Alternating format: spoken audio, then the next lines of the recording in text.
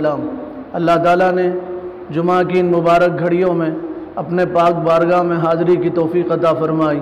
دعا کیجیے اللہ تعالیٰ ہم سب کے حاضر ہونے کو، جمع ہونے کو، مل بیٹھنے کو، سننے سنانے کو اور اس کے بارگاہ میں سجدہ ریز ہونے کو، دعا کے لیے ہاتھ اٹھانے کو قبول فرما لے۔ اور دعا کیجیے مسجد کے باہر قدم رکھنے سے پہلے اللہ ہم تمام کو اپنے نیک بندوں میں شامل کر لے۔ گزشتہ کئی جمعہ سے یہ ذکر ہو رہا ہے اور یہ بات چل رہی ہے، آئے دن مسلم بچیاں غیر مسلم بچوں کے ساتھ فرار ہو رہی ہیں اور مرتد ہو رہی ہیں اور ان کے ساتھ نکاح کر رہی ہیں اور اپنے دین و ایمان کا سودا کر رہی ہیں۔ کوئی دن ایسا نہیں گزر رہا جس دن ایسا واقعہ سننے کو نہیں مل رہا اور دیکھنے کو نہیں مل رہا۔ اس کے جو بہت سارے اسباب ہیں ان میں ایک سبب جہیز کی لعنت ہے۔ جہیز کی لعنت کی وجہ سے، گھوڑے جوڑے کی وجہ سے اور لین دین کی وجہ سے اور شادیوں کے مہنگے ہونے کی وجہ سے آج بچیاں غلط راستے پہ چل پڑی ہیں۔ اسلام آسان مذہب ہے اور نکاح جیسی آسان عبادت اسلام میں کوئی نہیں ہے۔ نکاح آسان عبادت ہے اسلام کی، لوگوں نے اس کو مشکل بنا لیا اور نکاح کو مشکل بنانے کی وجہ سے بہت سارے پریشانیوں میں ہمارا معاشرہ جکڑا ہوا ہے۔ خاندانی جھگڑے ہیں، خاندانی الجھنیں ہیں۔ یہ ساری الجھنیں نکاح سنت اور شریعت کے مطابق نہیں کرنے کی وجہ سے، نکاح مہنگا ہو گئے جس کی وجہ سے یہ سب پریشانیاں، اور کتنی بچیاں شادیاں مہنگی ہونے کی وجہ سے، لین دین کی وجہ سے گھروں میں بیٹھی ہیں۔ کئی سال پہلے کی رپورٹ ہے، حیدرآباد کے ایک شہر میں 60,000 سے زیادہ بچیاں جن کی عمر 40 سال سے زیادہ ہو گئی، بالوں میں سفیدی آ گئی، عمر ڈھل گئی ان کی، انتظار میں ہے کوئی تو آئے گا ان کا ہاتھ تھامے گا، کوئی تو آئے گا ان سے نکاح کرے گا، اور 40 سال سے زیادہ عمریں ہو گئی، گھروں میں بوڑھی ہو گئی۔ کتنی بچیاں تو اس امید سے دنیا سے چلی گئی کہ کوئی تو آئے گا ان سے شادی کرے گا، اور شادیاں نہیں ہوئی اور ایسے ہی ان کا انتقال ہو گیا اور دنیا سے چلی گئی۔ پورے ہندوستان کا آپ سروے کیجئے، پورے ہندوستان میں کتنی بچیاں ہیں لین دین کی وجہ سے گھروں میں بیٹھی ہیں، کتنی بچیاں غلط راستے پہ چل پڑی ہیں۔ پورے ہمارے ملک میں 1200 سے زیادہ فحاشی کے اڈے ہیں پورے ملک میں، جہاں عورتیں اپنے جسم کا سودا کرتی ہیں، جسم فروشی کا کاروبار ہوتا ہے، جہاں عورتیں اپنا جسم فروخت کرتی ہیں، چند پیسوں کے بدلے، چند روپیوں کے بدلے، چند کوڑیوں کے بدلے اپنے جسم کا سودا کرتی ہیں۔ 1200 ایسے اڈے ہیں فحاشی کے جس میں 25 لاکھ سے زیادہ عورتیں کام کر رہی ہیں، 25 لاکھ سے زیادہ۔ 51,000 سے 60,000 کے درمیان، 51 لاکھ سے 60 لاکھ کے درمیان تو ان کے بچے ہیں، اور ہر سال 30 سے 35 ہزار عورتیں اس کاروبار میں آتی ہیں۔ ان میں سے اکثر مسلم بچیوں کی ہے، اکثر مسلم بچیوں کی ہے، اور شادیاں مہنگی ہو گئی، بچیاں بوجھ بن گئی، شادیاں مہنگی ہو گئی، بچیاں بوجھ بن گئی ہیں۔ ہمارے ملک ہندوستان میں 1,12,00,000 بچیاں ہر سال ماں کے پیٹ میں مار دی جاتی ہیں۔ 1,12,00,000 بچیاں ہر سال ماں کے پیٹ میں مار دی جاتی، بچی ہونے کی وجہ سے مار دیتے ہیں۔ پہلے لوگ بچیوں کے پیدا ہونے کے بعد مارتے تھے، اور آج کے ماڈرن ماں باپ ماں کی کوکھ میں بچی کو مار دیا جاتا ہے اور ماں کے پیٹ میں بچیوں کو مار دیا جاتا ہے۔ ہر سال 1,12,00,000 بچیاں ماں کے پیٹ میں مار دی جاتی۔ کون مارنے والا ہے؟ دشمن نہیں مارتا، ظالم درندہ نہیں مارتا، کوئی حیوان نہیں مارتا، خود باپ مارتا ہے اپنی بچی کو، ماں مارتی ہے اپنی اولاد کو، دادا مارتا ہے، دادی مارتی ہے۔ اس وجہ سے مارتے ہیں کہ بچی ہے، اس کی شادی کرنا پڑے گی، بچی پیدا ہوگی اس پہ خرچ کرنا پڑے گا، بچی پیدا ہوگی اسے کھلائے گا کون، اسے پلائے گا کون، اسے پال پوس کے بڑا کون کرے گا۔ اس ڈر سے ماں کے پیٹ میں بچیوں کو مار دیا جاتا، اور یہ بچیاں مارنے کی وجہ سے ہر سال 20,000 عورتیں موت کے گھاٹ اترتی، 20,000 عورتیں ہر سال برداشت نہیں کر کے، درد برداشت نہیں کر کے، بیماری برداشت نہیں کر کے 20,000 عورتیں مر جاتی ہیں، اور لاکھوں کیسز سے ہمارے ملک میں بچیاں جلائی جا رہی، سوسائڈ ہو رہی، موت کے گھاٹ اتر رہی ہر سال بچیاں۔ کتنی بچیوں کو معاشرے کے درندے اور ظالم لوگ اور حیوان لوگ مار دیتے ہیں۔ بعض ماں باپ بچیوں کی شادی تو کرتے ہیں، خوب پیسہ خرچ کرتے ہیں اور جہیز جمع کرتے ہیں، اور جہیز میں پیسے لاتے ہیں، پیسے اپنے پاس سے ختم ہو گئے تو سود سے پیسے لاتے ہیں۔ سود کس کے پاس سے لیتے ہیں؟ بنیا کے پاس سے سود لیتے ہیں۔ یہودی کے پاس سے سود لیتے، کافر کے پاس سے سود لیتے، اور پھر باپ سود کے پیسوں سے اپنی بچی کو جہیز دیتا ہے۔ یہ باپ کی طرف سے تحفہ نہیں، یہ جبر ہے، مجبوری ہے، یہ ظلم ہے جو باپ مجبوری میں اپنی اولاد کو دیتا ہے۔ اور پھر وہ باپ پوری زندگی سود کے پیسے پھیرنے میں گزار دیتا ہے، اور پھر بچی شادی ہوتی ہے، یہ امید میں باپ شادی کرتا ہے، ہاتھ پیلے کرتا ہے، سرخ جوڑے میں سجاتا ہے کہ میری بچی ودا ہو رہی ہے اور رخصت ہو رہی ہے اور اپنے پیا کے گھر جائے گی اور اپنے شوہر کے ساتھ زندگی گزار دے گی۔ چند دنوں کے بعد باپ کو اطلاع ملتی ہے تمہاری بیٹی کو مار دیا گیا اور اسے جلا دیا گیا اور حیوانوں نے اسے سولی پہ لٹکا دیا۔ اور بتاؤ باپ کے دل پہ کیا گزرتی ہوگی۔ ہر سال ہزاروں بچیاں موت کے گھاٹ اتار دی جاتی، روزانہ 17 بچیاں ہمارے ملک میں ڈوری کی وجہ سے مار دی جاتی، جہیز کی وجہ سے۔ ہر سال 17، ہر دن 17 بچیاں ڈوری کی وجہ سے ہمارے ملک میں مار دی جاتی۔ اب اندازہ لگائیے یہ جہیز کی تباہکاریوں کی وجہ سے، اس ناسور کی وجہ سے اور اس بیماری کی وجہ سے کتنی بچیوں کی زندگیاں تباہ ہو گئی، اور معاشرے میں کتنے گھر برباد ہو گئے، اور کتنے ماں باپ اس درد کو برداشت نہیں کر سکے۔ رات ہوتی ہے، دنیا سوتی ہے، اور وہ ماں باپ نہیں سوتے جن کی بچی شادی کی عمر کو پہنچی، جن کی بچی کی شادی کی عمر کو پہنچی ہے، وہ باپ رات بھر گھٹتا ہے، اس کا تکیہ آنسوؤں سے بھیگ جاتا ہے۔ وہ ماں رات بھر روتی ہے جس کی بچی شادی کی عمر کو پہنچی۔ کچھ لوگ شادیوں میں اتنا خرچ کرتے، ابھی کچھ دن پہلے کی بات ہے، ایک شادی میں 30 کروڑ روپے خرچ ہوئے، 30 کروڑ روپے۔ ہمارا ملک، پیارا ملک ہندوستان ایسا ملک ہے جو غربت کے سطح سے نیچے زندگی گزار رہا ہے۔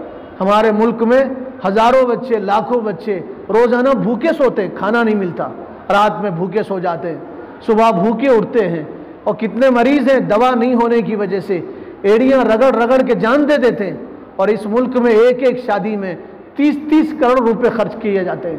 بچی والے ایک گھونٹ پانی پلانے کے روادار نہیں، ایک گھونٹ پانی پلانے، ایک دانہ کھانا کا کھلانے کے روادار نہیں ہے۔ ظلم ہے یہ، آپ بچی والوں سے جہیز مانگو گے، حرام ہے، رشوت ہے۔ علماء نے لکھا حرام ہے، جس کی بنیاد حرام پہ ہوگی اس کی زندگی سکون سے نہیں گزر سکے گی۔ حرام مانگو گے، بھیک مانگو گے۔ اللہ نے تمہیں ہاتھ دیا، طاقت دی، تمہیں مرد بنایا کمانے کے لیے، اور تم بھکاری بن کے بچی کے دروازے پر پہنچ کے بھیک مانگ رہے ہو۔ شرم نہیں آتی بھکاریوں کو؟ اور تمہارے بھیک مانگنے کی وجہ سے کتنی بچیوں کی زندگی اجیرن ہو گئی اور جہنم بن گئی بچیوں کی زندگیاں، اور کتنی بچیاں سوسائڈ ہونے پہ مجبور ہو گئی اور خودکشی کر رہی اور آتما ہتیاں کر رہی، اور یہ بھکاریوں کی پیشانی پہ جو نہیں رینگتی۔ حیوان، درندے بھیک مانگتے بچی والوں کے پاس جا کے، اور پوری زندگی بھکاری بھیک مانگتے۔ میں بچی والوں سے بھی گزارش کرتا ہوں، اللہ نے آپ کو بیٹی دی ہے تو آپ خوددار بنیے، بھکاریوں کو اپنی بچی مت دیجیے۔ یہ بھیک مانگنے والے، ان کا پیٹ نہیں بھرتا جب تک یہ آپ کی بچی کی جان نہیں لے لیتے، ان کو سکون نہیں ملتا۔ شادی کے شروع میں جو بھیک مانگے گا وہ آخر تک بھیک مانگے گا۔ کبھی بچی بیمار ہے کہہ کے بھیک مانگے گا، کبھی بچے کی پیدائش پہ بھیک مانگے گا، عقیقے کے نام پہ بھیک مانگے گا، جمعگی کے نام پہ بھیک مانگے گا، شادی کی سالگرہ کے نام پہ بھیک مانگے گا، نواسے کے برتھ ڈے پہ بھیک مانگے گا، سالگرہ پہ بھیک مانگے گا۔ اس کا سلسلہ شروع ہو گیا تو تھمنے کا نام نہیں لیتا۔ ہاتھ جوڑ کے گزارش ہے، بھکاریوں کو بچیاں مت۔ بچی والے ایک جوڑ کپڑے کے روادار نہیں ہیں، ایک جوڑ کپڑے کے روادار نہیں ہیں۔ تاریخ پڑھو، آپ حدیث کا مطالعہ کرو۔ اسلام نے نکاح کو آسان اس لیے کیا کہ گناہ اور حرام مشکل ہو جائے۔ آج حرام آسان ہو گیا اور حلال مشکل ہو گیا، شادیاں مشکل ہو گئی۔ پوچھو اس باپ سے جس نے اپنے بچی کی شادی کی، مہینوں پہلے اس کے راتوں کی نیند اڑ جاتی ہے، اس کو کھانے میں مزہ نہیں آتا، پائی پائی جوڑتا ہے، وہ اپنی بچی کی شادی کرتا ہے، اور شادی کرنے کے بعد بھی سکون نہیں ملتا، اور یہ لالچی داماد شادی کے بعد بھی ہاتھ پھیلاتا ہے اور دامن دراز کرتا ہے اور زبان کھولتا ہے اور بھیک مانگتا ہے۔ میں تو کہتا ہوں ایسے بھکاریوں کو مسجد کے دروازے پہ جا کے بھیک مانگنا چاہیے۔ ایسے بھکاریوں کو مسجد کے دروازے پہ جا کے بھیک مانگنا چاہیے۔ جامع مسجد کے دروازے پہ جا کے بھیک مانگو، چوراستے پہ بھیک مانگو۔ کیوں کسی مجبور باپ کی زندگی کو پریشان کر رہے ہو؟ اور مجبور باپ اور لاچار باپ کو کیوں پریشان کرتے ہو؟ بھیک مانگنا ہو تو بازاروں میں جا کے بھیک مانگو، دکانوں پہ جا کے بھیک مانگو۔ بچی والوں کو کیوں پریشان کر رہے ہو؟ شادی آسان عبادت ہے، شادی میں کسی کو بلانا بھی نہیں ہے۔ ایک صحابی ہیں عبد الرحمن ابن عوف رضی اللہ تعالیٰ عنہ، مدینہ کے مالدار صحابی، مہاجر صحابی، ہجرت کر کے آئے مکہ مکرمہ سے مدینہ منورہ، ایک جوڑ کپڑے میں آئے تھے، خالی ہاتھ آئے تھے، کچھ نہیں تھا ان کے پاس، خالی ہاتھ مدینہ آئے۔ حضور نے مواخات قائم کیا، بھائی چارگی بنائی، بھائی بھائی بنایا، ایک انصاری کو ایک مہاجر کا بھائی بنایا، ایک مہاجر کو ایک انصاری کا بھائی بنایا۔ حضرت عبد الرحمن ابن عوف کو سعد ابن ربیع کا بھائی بنایا۔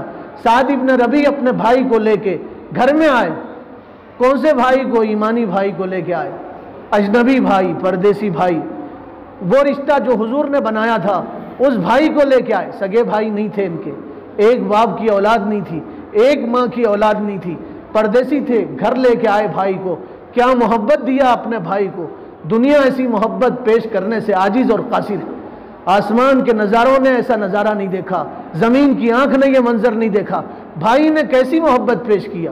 سعد ابن ربیع مدینے کے تھے، گھر تھا ان کا، اپنے بھائی کو لے کے آئے عبد الرحمن ابن عوف کو، کہنے لگے بھائی یہ میرا گھر ہے، آدھا تمہارا آدھا میرا، آج سے آدھا گھر تمہارا آدھا میرا۔ پھر کہنے لگے میری 2 بیویاں ہیں، دیکھ لو، پسند کر لو، جو خوبصورت ہے میں اس کو طلاق دے دوں گا، تم سے شادی کر دوں گا، تم اس کو اپنے نکاح میں لے آؤ۔ پھر کہا دیکھو میری 2 زمینیں ہیں، ایک پانی والی زمین، ایک بغیر پانی کے زمین۔ پانی والی زمین باغات ہیں، اس میں کھجور کے درخت ہیں، اس میں سال میں پھل آتا ہے، تم کہو تو تمہیں وہ زمین دے دوں، اور وہ زمین تمہاری ہے اور تم اپنے پاس رکھ لو، اور میری طرف سے ہدیہ ہے، حضور نے بھائی بنایا ہے، میں تمہیں دینے کے لیے تیار ہوں۔ عبد الرحمن ابن عوف کی آنکھوں سے آنسو چھلکے بھائی کا پیار دیکھ کے۔ ایک تو وہ مکہ والوں نے ان کو مکہ سے نکالا، اپنوں نے نکالا اور مکہ سے بھگایا، ہجرت کرنے پہ مجبور کیا، اپنوں نے سب کچھ چھینا اور یہ پرایا لوگوں نے اپنا بنایا اور سب کچھ لٹایا اور سب کچھ دیا اور کہا میرے پاس جو کچھ ہے وہ تمہارا ہے، یہ زمین تمہاری۔ عبد الرحمن ابن عوف نے فرمایا مجھے کچھ نہیں چاہیے، مجھے مدینے کے بازار کا راستہ بتا دو، اور پھر بازار میں گئے اور تجارت کی۔ اس کے بعد انہوں نے زراعت بھی کی، اور کیسی تجارت کی، اللہ نے برکت دیا۔ سینکڑوں اونٹ جاتے تھے ان کے سامان لے کے مدینے سے باہر، سینکڑوں اونٹ آتے تھے روزانہ۔ کبھی کبھی قافلہ اتنا بڑا ہوتا تھا، قافلے کا آخری اونٹ مدینہ میں ہوتا تھا اور پہلا اونٹ ملک شام میں ہوتا تھا۔ اتنی دولت اللہ تعالیٰ نے ان کو دیا تھا اور اتنی دولت سے نوازا تھا، اور دولت بھی دیا تھا اور دل کے غنی بھی تھے۔ بہت سارے لوگ دولت مند ہوتے ہیں اور دل کے فقیر ہوتے ہیں اور کنجوس ہوتے ہیں، صرف اپنی دولت کو گنتے ہیں، خزانے کے سانپ بن کے بنے اس پہ بیٹھے رہتے ہیں۔ عبد الرحمن ابن عوف دولت مند بھی تھے اور دل کے دولت مند بھی تھے اور غنی بھی تھے، خوب خرچ کرتے تھے۔ حضرت عبد الرحمن ابن عوف رضی اللہ تعالیٰ عنہ نے ایک موقع پہ 40,000 دینار خرچ کیے، 40,000 دینار، سونے کے سکے 40,000 دینار۔ پھر ایک موقع پہ پھر 40,000 دینار خرچ کیے۔ عبد الرحمن ابن عوف نے وصیت کیا تھا میرے مرنے کے بعد ایک ایک بدری صحابی کو 4,000 دینار دینا، 4,000 دینار ایک ایک بدری صحابی کو۔ جب ان کا انتقال ہوا تو اس وقت 100 بدری صحابہ موجود تھے۔ اب آپ ضرب لگاؤ اور حساب کرو، ایک ایک صحابی کو 4,000 دیا گیا تو 100 صحابہ کو کتنی دولت تقسیم کی گئی۔ حضرت عبد الرحمن ابن عوف کا جب انتقال ہوا تو کتابوں میں لکھا ہے 1,000 اونٹ تھے ان کے پاس، 3,000 بکریاں چھوڑ کے مرے تھے، 100 اونٹ کے گھوڑے تھے ان کے پاس، اور 4 بیویاں تھیں ان کی، عبد الرحمن ابن عوف کی 4 بیویاں، سونے کے ڈھیر تھے۔ کلاڑی سے توڑنے والوں نے سونے کو کلاڑی سے توڑا، ان کے ہاتھوں میں چھالے آ گئے تھے، آبلے پڑ گئے تھے۔ فجر کی نماز سے لے کے ظہر تک سونے کو توڑا گیا، اور ظہر کے بعد بیویوں میں سونا تقسیم کیا گیا تو ایک ایک بیوی کو 80 ہزار دینار آئے تھے۔ 80,000 دینار پورا بدر آپ خرید سکتے ہیں، ایک ایک بیوی کے حصے میں 80,000 دینار آئے تھے۔ کتنے مالدار عبد الرحمن ابن عوف۔ ایک مرتبہ حضرت عبد الرحمن ابن عوف کا قافلہ آیا، ملک شام سے آیا، قافلہ لدا ہوا تھا، سامان تھا اس پہ، تجارت کا قافلہ تھا، مدینے کے بازار میں بیچنا چاہتے تھے۔ کان میں آواز پڑی، سرکار نے فرمایا کل عبد الرحمن جنت میں گھسیٹتے ہوئے جائے گا۔ دوڑ کے حضور کے پاس آئے، پوچھا اللہ کے حبیب میں کیوں گھسیٹوں گا؟ تو فرمایا عبد الرحمن تمہارے پاس اتنی دولت ہے، حساب دینے میں دیر ہوگی، سب لوگ تم سے پہلے جنت میں جائیں گے، تم 500 برس بعد جنت میں جاؤ گے اور گھسیٹتے ہوئے جنت میں جاؤ گے۔ لرزہ طاری ہوا، کپ کپانے لگے، آنکھوں سے آنسو نکل گئے۔ عبد الرحمن ابن عوف لشکر کے پاس گئے، تجارت کا قافلہ تھا، پورا لشکر ساز و سامان سمیت اللہ کے راستے میں صدقہ کر دیا اور خیرات کر دیا۔ وہ عبد الرحمن ابن عوف ایک مرتبہ آقا کی مجلس میں حاضر ہوئے. حضور نے دیکھا ان کے بدن پہ پیلا رنگ ہے، زرد رنگ ہے. اس زمانے میں دلہوں کو لگایا جاتا تھا زرد رنگ، مہندی، ہلدی لگائی جاتی تھی. تو ہلدی آلود کپڑے تھے ان کے، ہلدی لگی ہوئی تھی. پوچھا عبد الرحمن کیا بات ہے، کیا ہوا تمہیں؟ آپ سنیے میرے بھائیوں اور غور کیجئے. کس کے پاس پہنچے؟ امتی پہنچے سید الکونین کے پاس، سید الکونین کے پاس، سید الثقلین کے پاس، سید الراکعین کے پاس، سید الساجدین کے پاس، جن کے طفیل دنیا بنی ان کے پاس گئے. حضور نے پوچھا عبد الرحمن کیا بات ہے، تمہارے بدن پہ پیلے داغ ہیں؟ تو کہا اللہ کے حبیب میری شادی ہوگی، نکاح ہو گیا. حضور کو بھی بلانا گوارا نہیں کیا شادی میں، اور حضور نے برہمی کا اظہار نہیں کیا. ناراض نہیں ہوئے. ہمارے اپنے نہیں بلاتے ہم ناراض ہوتے، یوں کہتے اچھا اس نے نہیں بلایا ہم بھی نہیں بلائیں گے. گدھا کھجاؤ چال ہے. ایک گدھا دوسرے گدھے کو کھجاتا ہے تو وہ پہلے والا اس کو کھجاتا ہے. انسانوں میں گدھوں جیسی چال آ گئی، حرکت آ گئی. وہ بلائے گا ہم بلائیں گے، وہ دے گا تو ہم دیں گے، وہ کھلائے گا تو ہم کھلائیں گے، وہ اچھا برتاؤ کرے گا تو ہم اچھا برتاؤ کریں گے. حضور نے فرمایا احسن من اساء الیک، جو برائی کرے تو اس کے ساتھ اچھائی کر، اس کے ساتھ اچھا برتاؤ کر. عبد الرحمن ابن عوف سے فرمایا عبد الرحمن کیا بات ہے؟ تو کہا اللہ کے حبیب میرا نکاح ہو گیا. حضور جیسی بابرکت ذات کس کی ہو سکتی ہے؟ برکت شخصیت میں نہیں ہے. کچھ لوگ شخصیتوں کو بلا کے نکاح پڑھا دیتے ہیں اور یہ سمجھتے ہیں ہماری زندگی میں برکت آ گئی. شخصیت میں برکت نہیں ہے، برکت تو انسان کے اپنے عمل میں ہوتی ہے. مولانا کو بلایا نکاح پڑھایا، عظیم شخصیت کو بلایا نکاح ہو گیا، خوب تقریر ہوئی، اچھی تقریر ہوئی، اور پھر نکاح کے بعد کیا ہوا؟ وہی ویڈیوگرافی ہوئی. نکاح کے بعد وہی دلہن کو ننگا کیا گیا، مجھے معاف کیجئے. پھر کیا ہوا؟ پھر وہی مالداروں کو بلایا گیا، ان کو کھانا کھلایا گیا. پھر کیا ہوا؟ پھر گھر کو سجایا گیا. پھر وہی ہنگامے ہوئے. کیا فائدہ ان عالم صاحب کو بلانے کا اور مولانا کو بلانے کا؟ شخصیت میں برکت نہیں، عمل میں برکت ہے. سادگی کے ساتھ نکاح کرو. حضور کو نہیں بلایا. حضور جیسی ذات کس کی ہو سکتی؟ حضور جیسی ذات کون سی ہو سکتی ہے؟ حضور کو نہیں بلایا. حضور ناراض نہیں ہوئے. حضور نے فرمایا اچھا عبد الرحمن کس سے شادی کیا؟ تو کہا اللہ کے حبیب ایک انصاری عورت سے شادی ہوئی. حضور نے فرمایا کیا دیا؟ مہر میں کیا دیا؟ دینے کی ذمہ داری بچے کی ہے، بچی کی نہیں ہے. لڑکی والوں کی کوئی ذمہ داری نہیں، سب ذمہ داری لڑکے والوں کی ہے. دینا، خرچ کرنا، مہر دو، ولیمہ کرو، تمہاری ذمہ داری. آج کے بے غیرت مرد شرم نہیں آتی ان کو، بچی والوں کے سامنے ہاتھ پھیلاتے ہیں. ان کو مرد کہتے ہوئے بھی شرم آتی ہے. اور الرجال قوامون علی النساء، مرد تو طاقتور ہوتے ہیں. مرد کی ذمہ داری نان نفقہ، کپڑے پہنانا، بیوی بیمار ہو گئی اس کا علاج کرانا مرد کی ذمہ داری، گھر کا انتظام کرنا مرد کی ذمہ داری. اور یہ توال نہیں ملی تو ناراض ہو رہا ہے. ایوں کہہ رہے تمہارے بھائی نے توال نہیں اڑایا، شال نہیں اڑایا، عجیب مرد ہے. تجھے خرچ کرنا چاہیے تھا. ایک باپ جب اپنی بیٹی کی شادی کر دیتا ہے تو اس کے پاس پھر کوئی دولت نہیں بچتی. ایک باپ کے لیے بیٹی سے بڑی کوئی دولت نہیں ہوتی. اور بے غیرتوں سنو، بیٹی سے بڑی باپ کے لیے کوئی دولت نہیں ہوتی.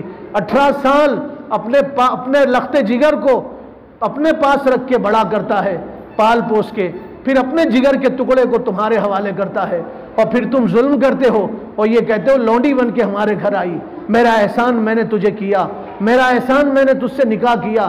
احسان تو اس باپ کا جس نے اپنی بچی کو تیرے نکاح میں دیا، اس کا احسان. لڑکی والوں پہ کوئی ذمہ داری نہیں. کھانا مانگ کے کھاتے بھکاری، یوں کہتے ہیں ہمارے 500 رشتہ دار آئیں گے، آپ ان کے کھانے کا انتظام. حرام ہے وہ کھانا، بھیک مانگ کے کھانا کھایا جا رہا، حرام ہے، نہیں کھا سکتے. بچی والوں پہ کوئی ذمہ داری نہیں ہے. حضور نے فرمایا عبد الرحمن مہر دیا؟ تو کہا ہاں اللہ کے حبیب میں نے مہر دیا. حضور نے فرمایا مہر میں کیا دیا؟ تو کہا اللہ کے حبیب ایک سونے کی ڈلی دیا، انگوٹی دی سونے کی، سونے کا ڈلہ دیا. حضور خوش ہو گئے. پھر فرمایا اولیم ولو بشاتین، عبد الرحمن ولیمہ کرو اگرچہ ایک بکری سے کیوں نہ ہو. دیکھو حضور نے عبد الرحمن ابن عوف کو بتایا اور کیا کہا؟ مہر دینا تمہاری ذمہ داری، ولیمہ کرنا تمہاری ذمہ داری. یہ پوچھا کیا دیا اور کیا دعوت کرو گے. یہ نہیں کہا بچی والوں کے پاس بے غیرت بن کے کیا کھاؤ گے، یہ نہیں کہا بچی والوں کے پاس کیا کھاؤ گے، یہ کہا کیا کھلاؤ گے، ولیمہ کھلاؤ. پھر کہا مہر دو، بچی والوں کو دو. دینا بچے کی ذمہ داری، لینا نہیں ہے. یہاں تو بھکاری بن کے لیتے ہیں. شادی میں خرچ کرنا یہ بچے کی ذمہ داری. آج کل تو بچوں کی بولی لگائی جاتی ہے، معاف کیجئے جیسے جانوروں کی بولی لگتی ہے. ہمارے پاس بازار مشہور ہے، خانہ پور کا بازار ہے، دبل گنڈی کا بازار ہے، اوراد کا بازار ہے. جا کے دیکھو وہاں جانور ٹھہرتے ہیں، بیل ٹھہرتے ہیں. بھینس ٹھہرتی، گائے ٹھہرتی، بولی لگاتا ہے بولی لگانے والا، اور بولی لگتی ہے، اور یہاں انسان نما جانور اپنے جانور بیٹوں کی بولی لگاتے ہیں، مجھے معاف کیجیے، اپنے جانور بیٹوں کی بولی لگاتے ہیں، اور یہ کہتے ہیں یہ انجینئر ہے، 5 لاکھ روپے خرچ آیا، بتاؤ تم کیا دو گے؟ ڈاکٹر بنایا ہم نے اپنی اولاد کو، 1 کروڑ روپے سے زیادہ خرچ آیا، بتاؤ کیا دو گے؟ جانور ہیں، جانوروں کی بولی لگا رہے ہیں۔ انسان ہیں، تم تو یہ کہو ہمیں کچھ نہیں چاہیے، تمہارا احسان ہے تم بچی دے رہے ہو، ہمیں کچھ نہیں چاہیے، 1 جوڑ کپڑے میں بچی کو رخصت کرو، 30 کروڑ روپے شادیوں میں خرچ کر رہے ہیں، شادیاں مہنگی ہو گئی، بچیاں گھروں میں بیٹھی ہیں۔ اسلام شادی کو کہتا ہے شادی سستی عبادت ہے، آسان عبادت، 2 گواہوں کی موجودگی میں شادی ہو جاتی، بارات بلاؤ، لوگوں کو جمع کرو، نہیں ہے۔ جہیز کا لفظ اسلامی ڈکشنری میں ہے نہیں، عربی میں جہیز کا لفظ ہے نہیں، ہندوانہ رسم ہے، مسلمانوں میں ہندوؤں سے یہ رسم آئی ہے، بچیوں کو جہیز مت دو، بچیوں کو وراثت دو، ان کا حق دو، جہیز ان کا حق نہیں ہے۔ عرب میں، پورے عرب میں معیوب سمجھا جاتا تھا بچی کو شادی کے موقع پر کچھ دینا، پورے عرب میں رواج ہی نہیں تھا، زمانے جاہلیت میں رواج نہیں تھا، شادی کے موقع پہ بچی کو کچھ نہیں دیا جاتا تھا، معیوب سمجھا جاتا تھا۔ لوگ کہتے ہیں حضرت فاطمہ کو جہیز دیا گیا، پڑھو، آنکھیں کھول کے پڑھو، حدیثیں پڑھو، علماء سے پوچھو، افواہ مشہور ہو گئی لوگوں میں، حضرت علی کو جہیز دیا گیا، نہیں حضور نے نہیں دیا، حضرت علی نے خریدا تھا، حضور نے کوئی جہیز نہیں دیا، حضرت علی نے خریدا تھا، اپنی زرہ بیچ کے خریدا تھا، اپنے پیسوں سے خریدا تھا، اور خرید کے لے آئے تھے، اور ضروری تھا، حضرت علی غریب آدمی تھے، کچھ نہیں تھا، حضور نے زرہ دی تھی ہدیے میں، اس کو بیچا تھا، پھر اس سے جو کچھ ملا مہر دیا تھا، اور پھر جو کچھ ملا تھا اس سے سامان خریدا تھا۔ حضور نے اپنی کسی بیٹی کو جہیز نہیں دیا، حضرت رقیہ تھی، ام کلثوم تھی، حضرت زینب تھی، یہ تینوں بیٹیاں بھی تو حضور کی تھی، 2 داماد تھے، عمرو بن عاص داماد تھے، حضرت عثمان داماد تھے، حضور نے کسی داماد کو کچھ نہیں دیا، کسی بیٹی کی شادی میں کچھ نہیں دیا۔ اسلام میں جہیز کا لفظ ہی نہیں ہے، اور جہیز کا کوئی رواج ہی نہیں ہے، یہ غیروں سے مسلمانوں میں آیا ہے، اور یہ بھکاری بن کے بھیک مانگ رہے ہیں۔ تاریخ پڑھو، وقت نہیں میرے بھائیوں، آپ نیت کرو ہم بھیک نہیں مانگیں گے انشاءاللہ، ہم لیں گے نہیں، دیں گے انشاءاللہ، ہم مرد ہیں، دے کے شادی کریں گے انشاءاللہ۔ اور یہ لینے کی وجہ سے، اور گھوڑے جوڑے کی وجہ سے، اور شادیوں کے مہنگے ہونے کی وجہ سے آج کتنی بچیاں غلط راستوں پہ چل پڑی۔ کل حشر کے میدان میں غریب بچیوں کے ماں باپ اگر پوچھیں، تم تو قمقمے لگاتے تھے، روشنی سے تمہارا گھر جگمگاتا تھا، تم تو شادی ہال بک کراتے تھے، تم تو 250 روپے کے کارڈ چھاپتے تھے، تم تو شادیوں میں 20-25 قسم کا کھانا بنواتے تھے، 2-2 ہزار لوگوں کی دعوت کرتے تھے، اور ہماری بچی بغیر شادی کے مر گئی۔ اگر یہ غریب باپ ہاتھ دامن پکڑ کے پوچھے گا تو کیا جواب دیں گے؟ اس لیے میرے بھائیوں نیت کرو انشاءاللہ، شادیوں کو سنت کے مطابق کریں گے، اور سستے کریں گے انشاءاللہ، اور آسان کریں گے انشاءاللہ۔ اللہ عمل کی توفیق عطا فرما دے۔